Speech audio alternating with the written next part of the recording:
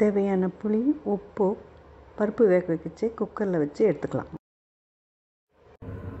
2 cup பைத்தம் பருப்பை குழையாமல் வேக வச்சு எடுத்துக்கலாம்.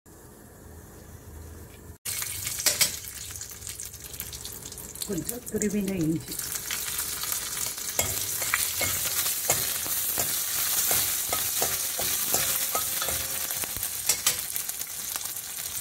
கொத்தமல்லி, கருவேப்பிலை,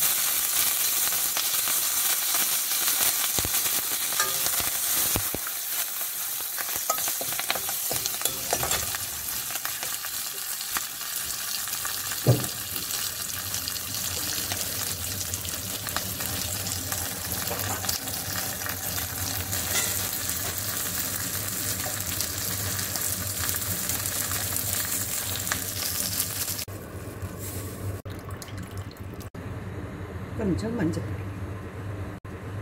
தாளிக்கிச்சு வெந்தயம் சேர்க்கலாம். பட் நான் வெந்தய வறுத்து பொடிச்சு வெந்தய பொடி சேர்க்கிறேன். சாம்பார் பொடி கொஞ்சம். நல்லா கொதிச்சு வாசனை வர ஆரம்பிச்சிட்டு இந்த சமயத்துக்கு பருப்பு சேர்க்கிறேன்.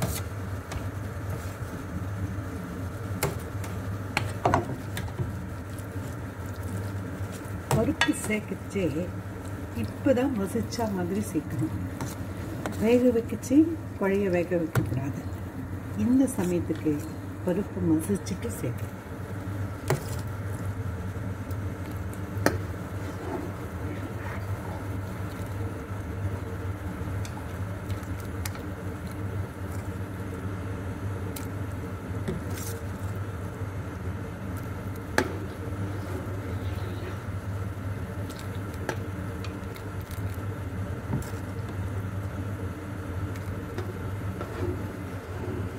தக்காளி பழம் சேர்க்கறதா இருந்தால் கடுகு, உளுத்தம் பருப்புலாம் தாளிச்ச உடனே வதக்கிட்டு சேர்க்கலாம். நான் பியூரி சேர்க்குறேன். இப்போ சேர்க்குறேன். அதனால தேவைப்படுற அளவு புளிப்பு உங்களுக்கு எவ்வளோ வேணுமோ அதில் ஆட் பண்ணிக்கலாம்.